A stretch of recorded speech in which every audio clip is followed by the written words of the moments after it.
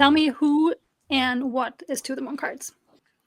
To the Moon Cards is me and Jay is the easy answer, but really it's everyone we've ever interacted with and have met and have become friends with, connected with, had moments with in the last 2.5 years.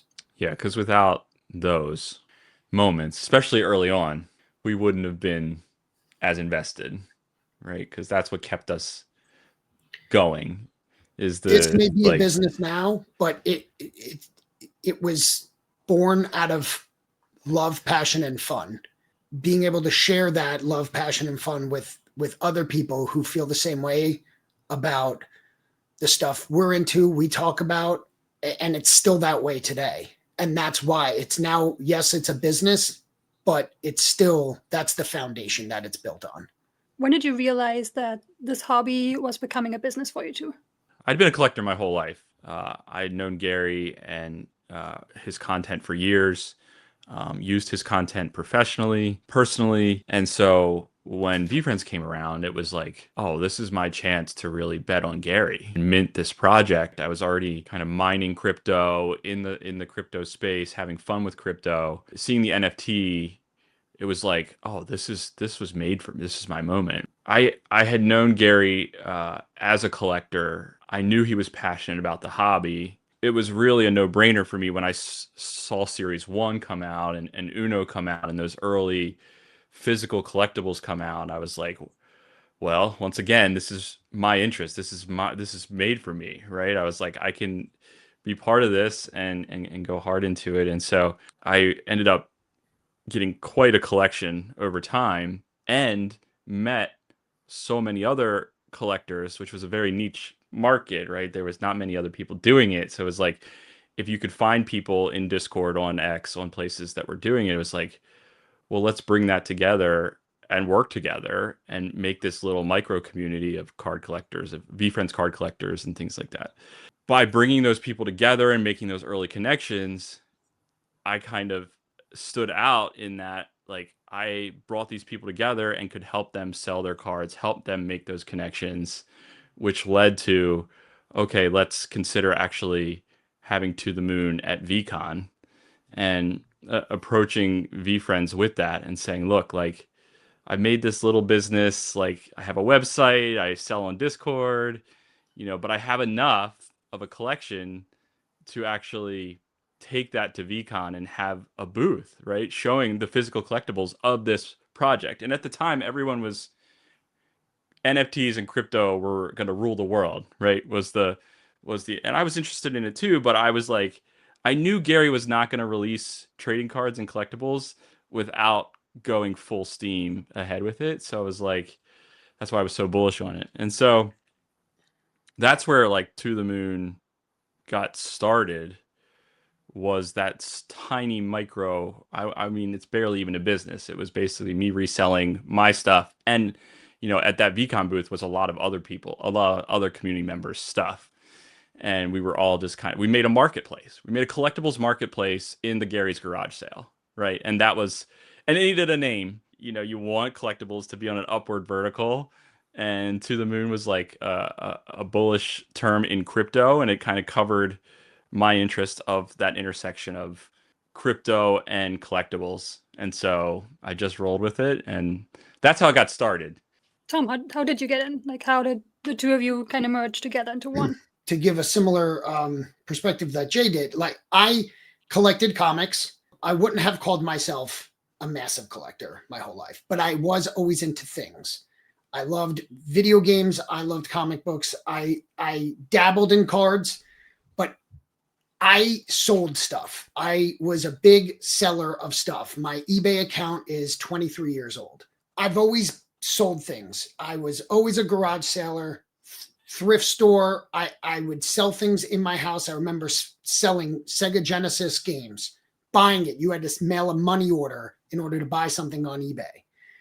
So things were of interest of me.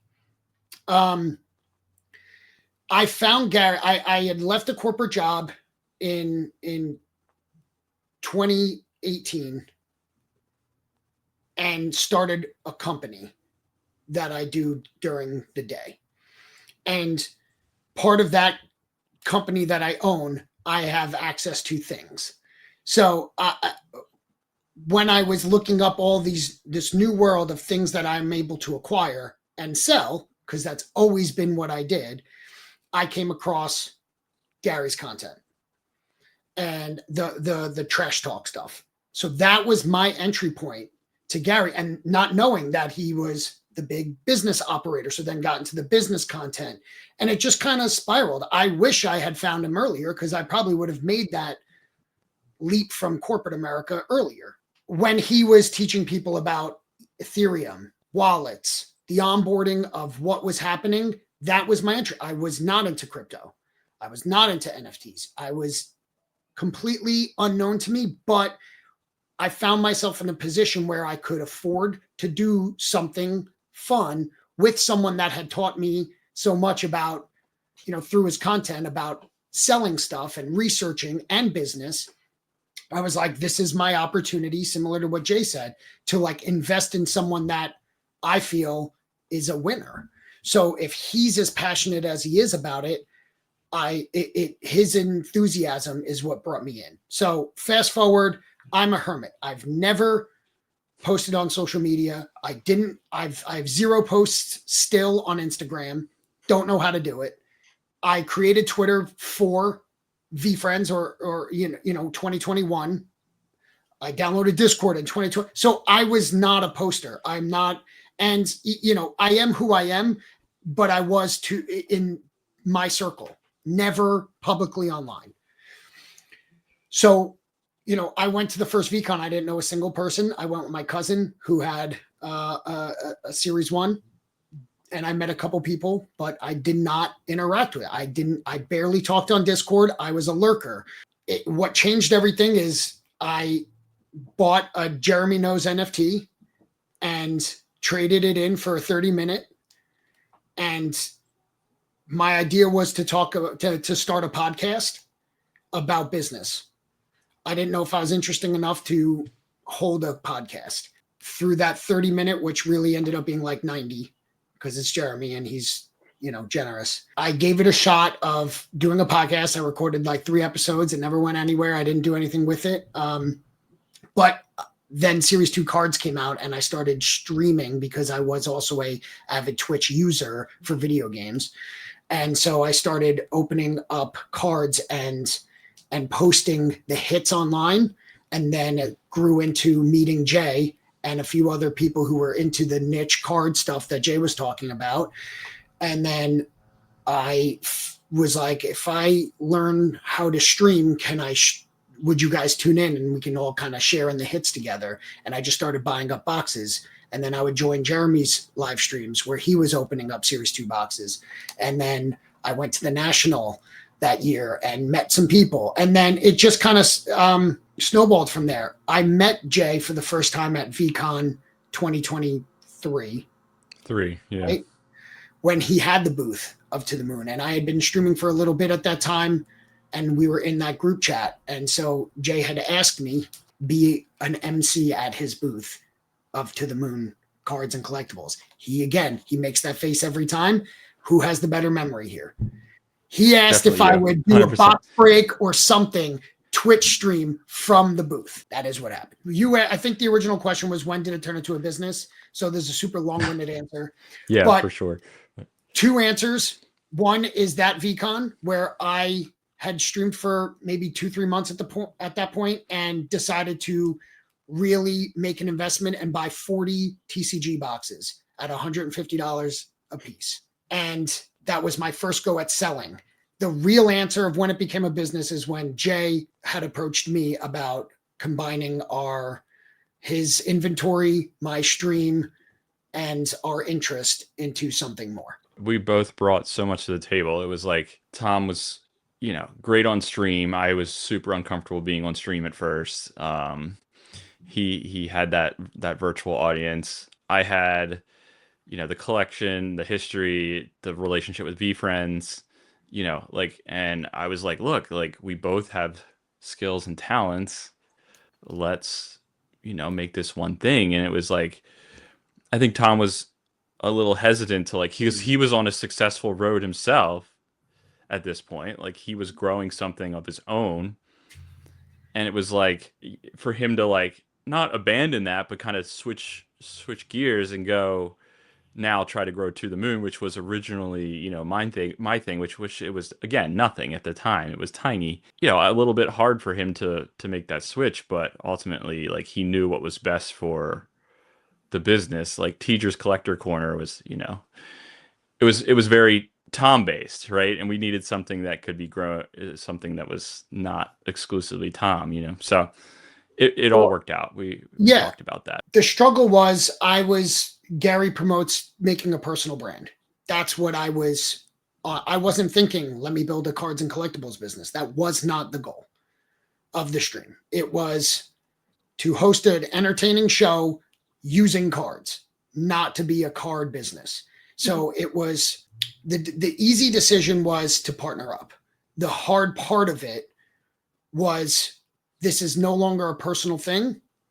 This is now a business. I'm submitting to like Teacher this is no longer a personal brand. This is now a brand, a company. And so that's the part that was struggling because that's not what the initial intention was. But I was having so much fun with it. And I also had no interest in partnering up. I mean, in my business, in real life, I've been approached for people to partner up, and I just didn't want to answer to anyone. I didn't want to ask permission to spend company money.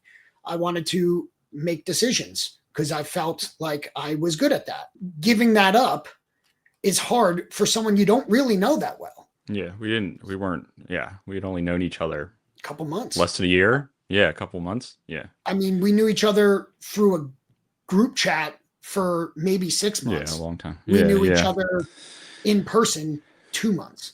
So, to go into business and split it 50-50 was a risk. Yeah, it was a risk for both of us. We both deep down knew that this would work. Like we knew we would. We shared similar hustle and motivation, and I was like, I wouldn't go into business with just anyone either. Like Tom made it very clear, like this isn't something I would ever do. Like I had no intentions of partnering with anyone on any business in my life, So it was kind of like, I appreciate him taking that risk on me as well. And vice versa. I mean, this was Jay's, collection of love. Like this is years and how much money, like we did some test runs, right? He had some cards that I knew would be interested people. This was before To the Moon was even pitched. Of us partnering up and we did some breaks together and mystery drafts and grab bags or blind bags, stuff like that. Mm-hmm. And it was a huge success. And that's kind of like what was a big, that was like a test run, and it went so well. And like the dynamic Jay and I had on those streams was early. We didn't even know, that wasn't planned. And it just worked out so well. Because, I'm not easy to deal with on an individual basis. Jay's not easy to deal with on an individual basis. And yet, you put us together and it works. It just works. It's like hitting the lottery.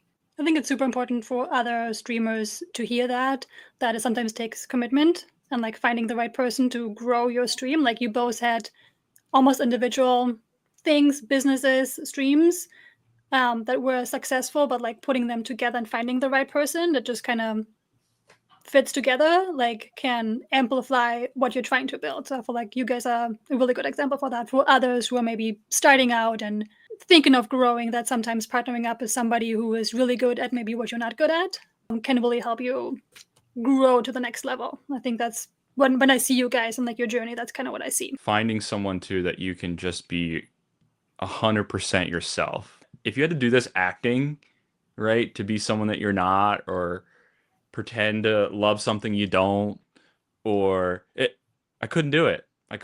And Tom knows the real me, like, because I don't have to hide a piece of me.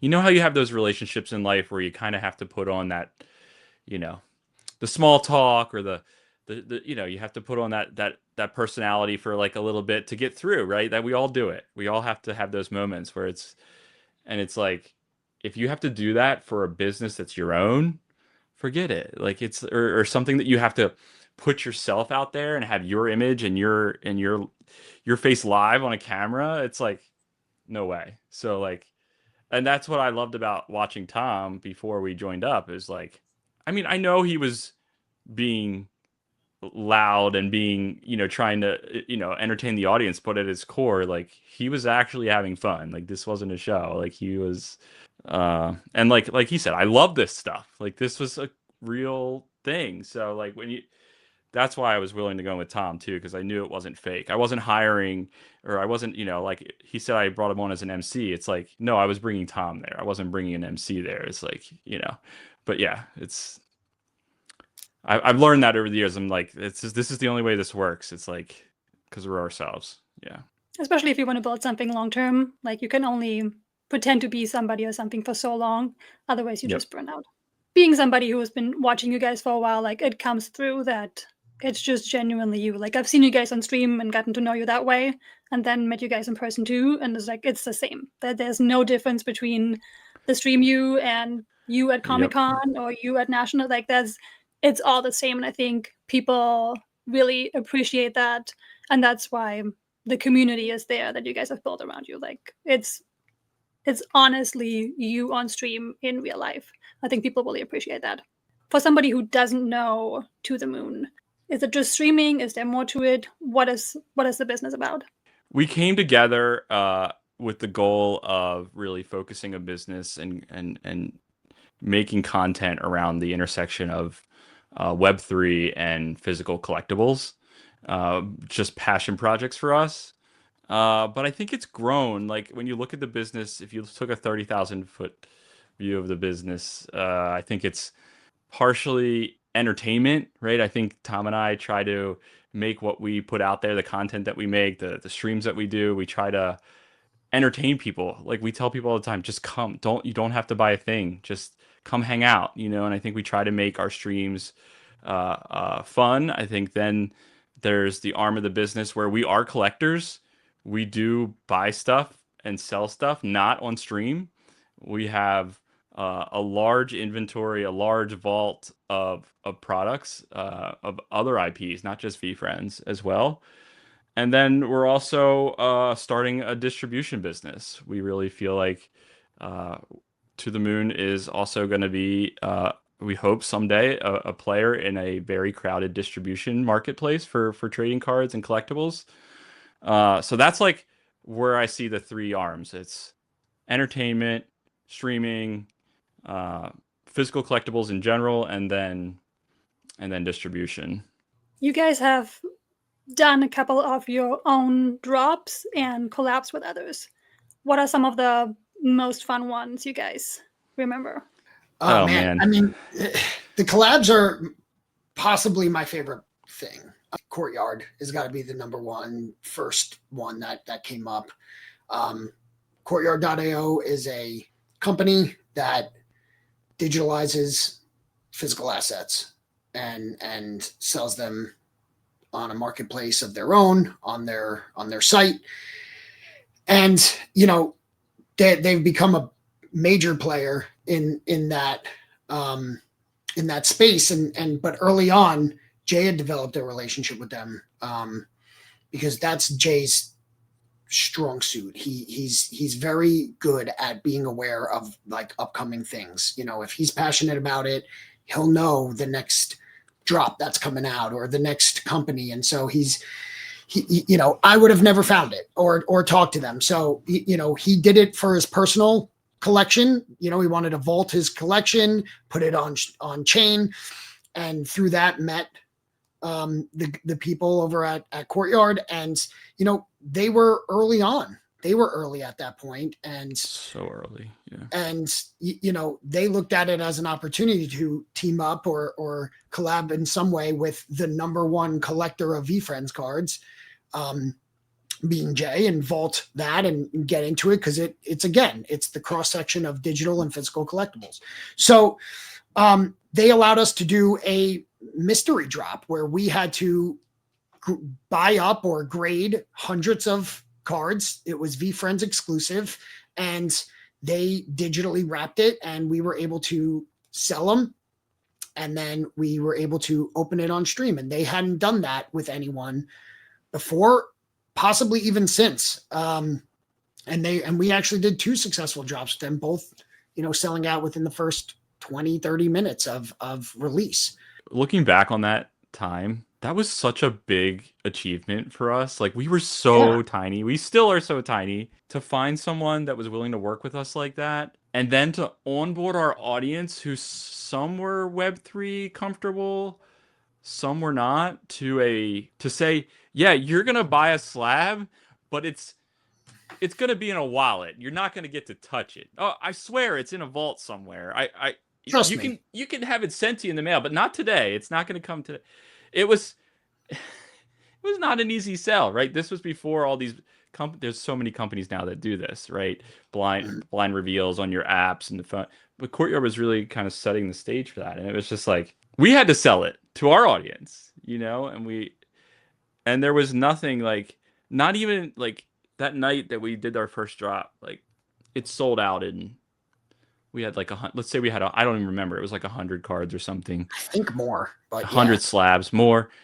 I mean, it sold out in like 2 minutes, right? And like, the sales, great, but I was just excited that we did it, right? Like, this was like months in preparation and then planning, and like, we were like, we sold it. We can, like, people understood our vision and our, and now Courtyard is a multi-million-dollar corporation, like tens of millions. Yeah, I mean, they're massive. And until, like, we were recently at Comic-Con New York City, one of the founders and the guys we worked with was there, and we see each other, and it's just like, you just reminisce. You just like, remember when, and it's like, it's just so fun, like, to have that little dent in the universe, to have, Anne has recently brought back clips from those moments. It's just like, I'm so grateful for those times, because it was a different time, but it was also just the beginning for us. Yeah. And I can speak out of a consumer, like, because I was part of that drop, and it was 2024. I was just a couple months into VFriends and knowing you. And that's when I opened the Courtyard wallet. I didn't have one, just like many of us didn't. Like, got really onboarded through you guys to that. But also put the credit of, like, it selling out so fast and trusting you guys, because you've built that community of over and over building that trust, that if it's like through physical things or other drops, that we knew that where you guys put your energy in is something real. And I think that's something you have built up over time just by showing up. Like, there's just consistency there that you guys have built up, that something like that doesn't just happen out of nowhere. You can see the build up. I remember you guys putting out content up before, and like people making their own content, trying to guess what it would be. There was this whole reveal. I think you guys didn't just put something out, just buy it. It was like a whole lead up to it, which was just like also like great marketing in that moment of like knowing this is a big thing, and it's gonna also take some onboarding, telling people like what this actually is, and like getting interest. And I feel like you guys did a really great lead up, getting the community into it and getting them excited with you. Just like out of a consumer, like how that felt that side was really cool. I still remember that drop when we recently dropped the clips. Everybody got excited. It was just something new, something exciting, and something just so different too for everybody. I appreciate that. Yeah, it's good times. Yeah. I think I was gonna say rocky road to that. We had complete different plans for the first drop, and that's why I say 2023. The first drop with them was not going to be VFriend. I don't know if we want to get into that, but it was, we were going to do a drop of a different IP, and it completely fell through at the last second. And we had to pivot, and we thought it was all gone. And that's the only reason to bring that up is that we kept in contact, like, through that. And it wasn't just like they did nothing. It was no one's fault. It was just a very unfortunate situation no one could control. And we had to pivot, or really it was canceled, but we kept in touch, and it led to an even better situation that we could have ever imagined. So, there's going to be really tough times. We were like, we are screwed. Yeah, we because were we like, they're invested done. We invested. heavily. Yeah. We went into a hole for this first drop, and then it got canceled, and we were like, what are we going to do? So it's going to, there's like, it wasn't without the bumps and bruises. We had to, stay the course, be like, listen, if we either close it up or we go, we forge ahead, and it led to such a much better situation that happened not just once but twice, that it was meant to be. If we did that first one, I don't think we would be Yeah, I sitting don't think we here would have been. saying Yeah. with the big smiles like we are today. And it's good to hear those background stories too, of like, just because you approach a company and like, we want to do this with you, it's not an instant yes always. It's not always it works the first time. Like, you have to just, if you want to grow with something, and especially do something innovative like you guys did with Courtyard, like, there's going to be bumps in the road, and you just have to, if you really believe in it and what you're trying to build and what you're trying to do, you just have to kind of stick with it. And I think that's a good example. A lot of people, you will see all the successes, just like when you see the good polls on streams and stuff, but you don't see all the stuff always that goes into that, and the failures that come with that. And if you just don't give up and just keep going, then you're gonna be successful. It's a lot of hard work, which a lot of people just don't see. They see the drop, but they don't see the month of build up to that, the conversations, the connections you have to build up over time to get those opportunities. I think it's important to talk about these things too. Yeah. Can't bring up collabs without CGC. Another one, like, that's definitely was birthed in 2023. We were a company for 3 months when they gave us a shot at being a champion of their brand and giving us a sponsorship opportunity that we still have today. It's still strong, and it's grown super strong in the last few years. I mean, it is a thing where when we're at an event, and so is CGC, and we see them, it's smiles and hugs, hello. And it's just crazy to think like that was built from just networking and connecting and believing and in ourselves and them, and that we had something here. They flew us down to Florida 3 months into business. I mean, that's so to me, like, that Courtyard came after that. That actually was our first, I don't know if you want to call it a collab, but like the first connection to another brand that really made me believe in what we're doing. Like, if for a brand like CGC that is very big, been around for decades, to see us, what we're trying to do, and it wasn't just like, oh, these guys had pulled the one big card and, we can capitalize on that. Like, we had conversations. What do you like? Who are you? What are you guys doing? Why? There are much bigger breakers. Yeah. Why you? And why are you different? Yeah. Right. And we shared content, we shared visions, we had conversations, and all of that led to them being like, yeah, that to me was, their validation, or their vote of confidence was so pivotal in the early stages of To the Moon. But again, it's about putting yourself out there and making those connections, that you're not just sitting around and waiting for it. Like, you have to approach different companies. You have to show them what you bring to the table. And I feel like if you can do that, then big businesses will believe in smaller companies who can just present themselves like, there's a vision. We are still small, but this is what we have done. This is how we are growing. And I feel like just also showing, like you said, if you believe in yourself, you come with a certain amount of confidence. And I think that will speak to a lot of people to give you a chance. And I think that's what CGC did. Tom is really good at that. Like, he's really good at making initial connections. Like, I'm always like awkward and uncomfortable when it comes to that. Tom can walk up and talk to anyone, even though he's like, that wouldn't be his first choice of thing to do. He's really good at it. It was persistence with CGC. We had to really sell them on us, and we had to like build up that sponsorship too. It didn't start where it is at today.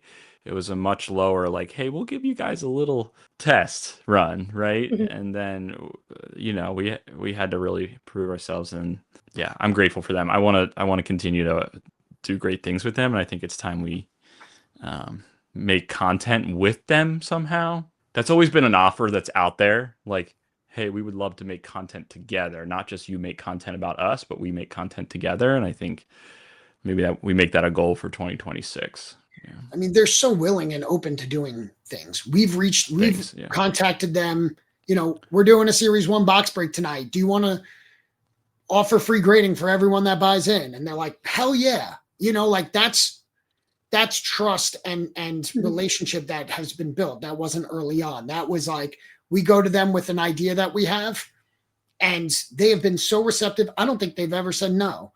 You know, even the stuff with Vibes cards. Hey, you know, we want to get them. Yeah. We want to put your logo on our jerseys for the tournament. Yeah. Like, they're like, cool. Okay. Sure. Cool. We'll help you pay for jerseys. Like, it's just, It's awesome. They're very, very amazing people there that have been so welcoming to the ideas that we've had. And, you know, we bought every foil of the first set of Vibes cards. We want to get the custom logo on it. They're like, sure, you know, here's where you say, you know, it's just, they're very easy to work with and very open and willing to be creative and just shout out to them. You brought up Pudgy Penguins. Let's talk about that collab a little bit.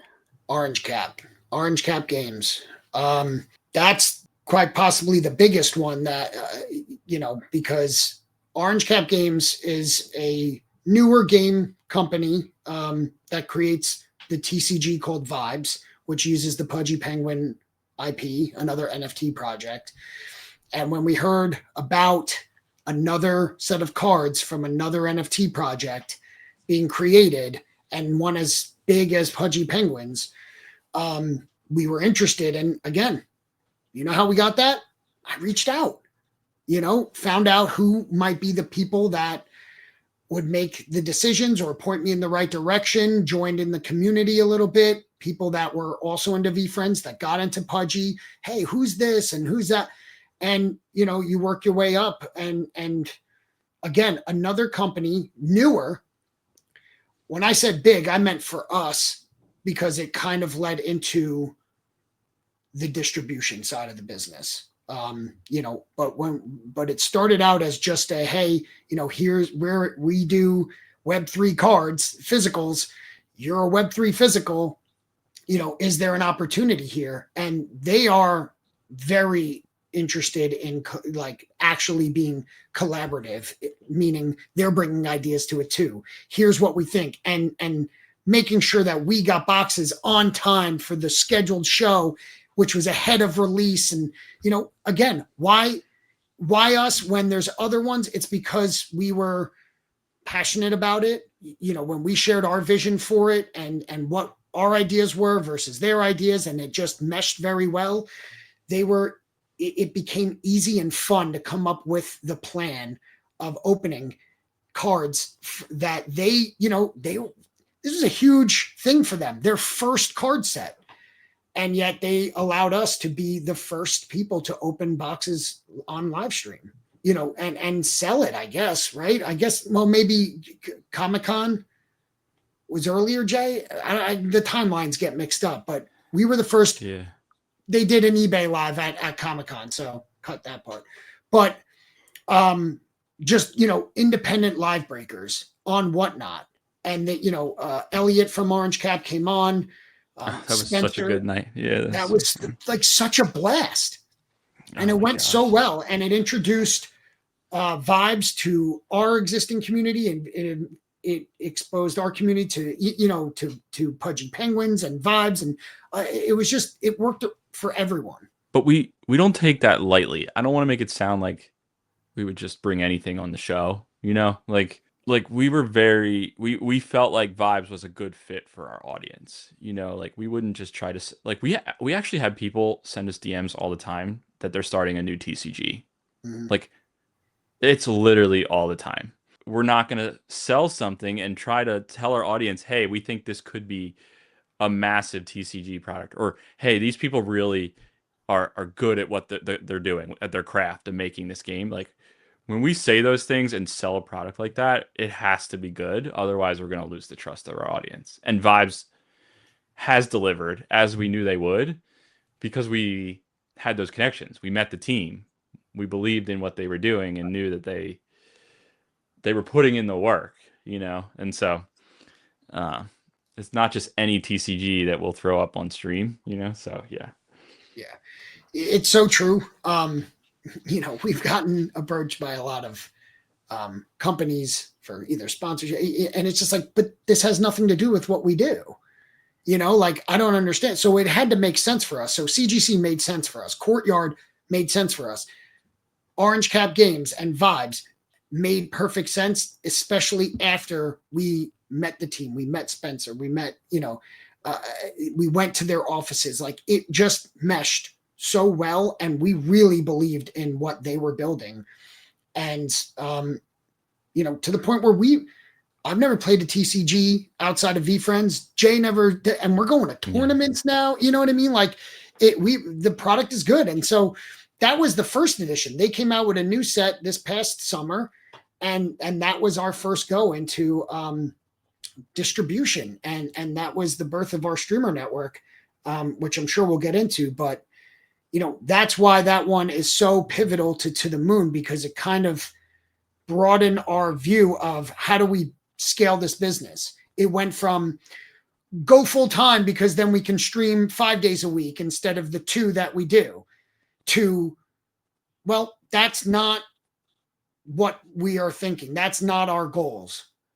And, you know, so we have potential of doing something in a old fashioned industry, and saw a gap in the market and was like, this could be it. And it, after one, and they allowed, I mean, that was a huge risk on us. And again, like Jay says, we do not take these things lightly. We, you know, this is something that was months and months in, you know, ahead of time in the works.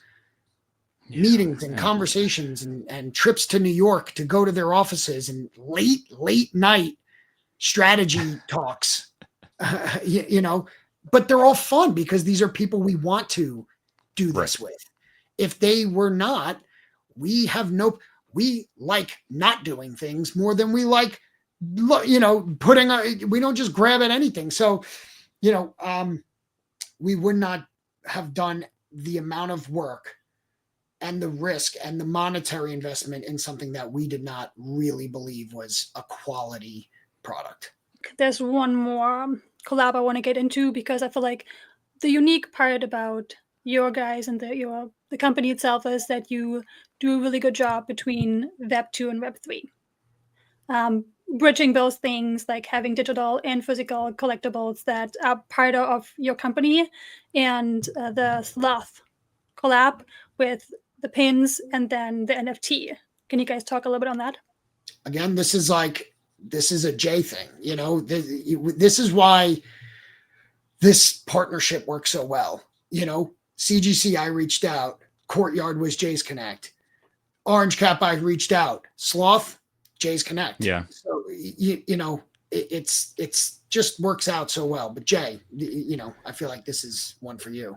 Again, it comes down to just leaning into things that you're passionate about, and good people. I think you know, Sloth was an artist that I had followed for years and years on Instagram. He used to sell custom clothing that he would make out of the back of a van in California by the beach. Like, he was just a chill dude that had a little brand, and I loved his art. I loved his designs. And over the years, it just followed him, right? And fast forward, NFTs start taking off. I reach out to him. I'm like in a position in my life where I can afford to like commission a piece of art for the first time. And so I commissioned him to do a piece of art. But I said, I want you to, because he does a lot of his design for art digitally on an iPad before painting it with spray paint and some markers and stuff. So I said, I would love a NFT to be paired with my physical piece of art. And he loved that idea. He's like, this is going to be my first NFT. Like, we'll get you the physical and the digital. And it was like probably 3 to 6 months of like going back and forth and a design, and he was just so talented, right? And then fast forward, and I'm like, Tom, I know this amazing artist. We're in a position now where, as a company, we could afford to network and pay cool people to do cool things, because if we like it, there's a good chance our audience will like it. Again, we don't want to put out crap. We don't want to go to some stock merch site and put our logo on it. Like, we want to put out something that, people want to be proud to wear, or proud to put on their head, as a hat. Or like, we approached him and we're like, hey, we have this idea. We would love some original art. Like, could you kind of stick to these themes? We want to give you creative freedom, but here's our themes, here's our common thread, here's our background. And he came up with some really awesome art pieces, and gave us total creative control over how we use that art for merch. And so then once we had the artwork, I could start cooking on things like pins and hats. And he allowed us to do the collaboration with his signature and TTM. And I was in my element. Like, I was just like, this is so cool. One of my favorite artists. I get to like design something not only for myself, but also for our fans. And Tom was like, how much is this going to cost us? And I was like, I know we can make some of this fee back with selling the merch, right? Like, I was like, I know that like this seems like a lot, but like if we sell X amount of t-shirts, we will break even, and we'll have this awesome collab under our belt, and some great art to go with it, and a story to tell like we are now. Because back then, $500 was a lot of money, right? And so like we were small and didn't have the kind of money we have now to have purchasing power and do collabs and things like that. So it was kind of a big risk, but it ended up our community loved it. The product came out so nice. I still wear that t-shirt all the time. Tom has the art behind him. There's one of the pieces. Like, it's a piece of history now. Like, and we're like, okay, someday if we're ever big enough to have an office, it's gonna have the best artwork on the wall, because we have these, as well. So it's fun. You can see me you can see me light up about this. Like, it's just, when you're passionate about something, it comes through, and the audience appreciates it. And I can speak for that as being part of the audience. Like, that was a really cool job. I didn't know the artist before, so it was cool for us too to get to know a new artist who's also into physical and digital mediums. And like I said, there was the physical part of it, but we also got an NFT with it. So again, the bridging the Web 2 and Web 3 part, I think you guys do a really good job, like kind of blending both of these things together within To the Moon cards. Yeah, and what was cool is that it had an element, because at the time most of our viewers and our community was VFriends, and Sloth is a Gift Goat collaborator as well. True. So I didn't bring that up. Yep. He had a Gift Goat collaboration with VFriends. So that was kind of cool. It's like we're hanging in the same crowds type thing. Spoiler alert, by the way, we did not make all the money back. It was way more than 500, and that's still a lot, but we also went in knowing and expecting, like, listen, this is a branding. This is not a money making. Like, if we could have used AI and generated a cool, whatever type of art and just put it on a shirt and kept it. But we paid a real artist with real talent and to redesign our logo. It was more on brand for us. And that's like, we always wanted to over deliver and it always be quality, because, and that's, if we were willing to spend the amount that we spent on it, it showed how much we were into it. And we got physical paintings out of it. So, we knew that it wasn't going to make money, but it might make a splash and introduce a new artist to the people that are watching the stream. And some people, that is some people's first NFT ever, was our NFT from Sloth. So fun. And that's cool. And we didn't sell the NFTs again. Like, we could have tried and say mint our, no, it came free with the purchase, a certain amount of purchase of clothing. So at least you were getting something without here's the product we said there's, no utility to this. There's no, this isn't going to be worth any, but it's a cool little thing because we are a Web3 native business as well, or at least fan business of it. So we wanted to add that element to it, and it's all different, right? So the pins were a different piece of art than the NFTs, which is different than what's on the shirts. And it was just everything about it. He came on the stream. We got to interview him, hear his story, all of that. And that to me was so much fun. Watching Jay in his element is one of my favorite things. When he gets excited about something and runs with it, he loves designing it. And it really led into like a theme of ours, collaborating with artists to redesign our logo for pins or for something. And, another great artist we collabed with is Ben Kind, who did the exact same thing. He redesigned our logo in his style. We made pins out of it, the biggest pins to date that we've ever created. So nice. Yeah. They're the night, you know what I mean? The nicest pins anyway. The most limited. We made prints. He sold them at VCon. They sold out. It was like, that's so much fun. You're highlighting someone that is super talented, introducing that, but you're putting up, like, we put our money up. We don't ask anyone else to do it. We don't say like collab and you throw it. We put our money up ahead of time because we have conviction in ourselves, and we only do that stuff with people that we believe in as well. Sloth is a great artist. Ben Kind is a great artist. So, those are people that we believe in, and we paid. Like, we paid Sloth. We paid Ben. We didn't say, like, do this and we'll cut you in on the number of... We pay for it all up front. And so, the bags at VCon, we paid for that and then canceled an order, lost all the money, and reordered it because people liked the crossbody strap.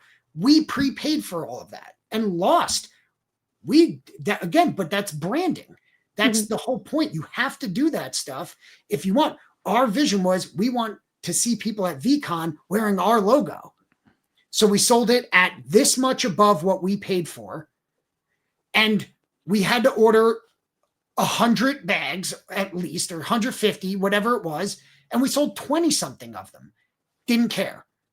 Because that was a branding move, because people at VCon saw our logo walking around. That to us was worth the loss monetarily.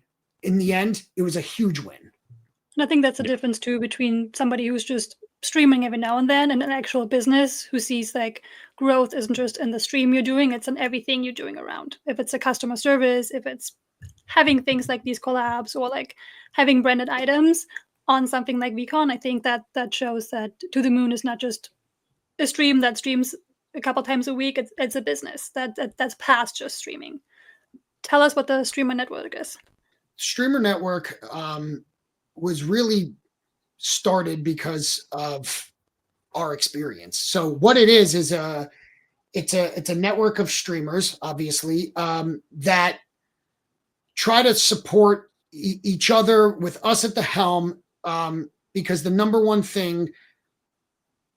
reason any small business fails is they're undercapitalized, or they can't, they feel like they're alone. They don't know who to turn to. They don't have enough money to stay in business. They might not be able to, they get torn by decisions and making the wrong decision, find themselves in a state of stagnant, and they never can really climb out of the hole they may dig themselves into. So, it in essence is our way of trying to support other streamers.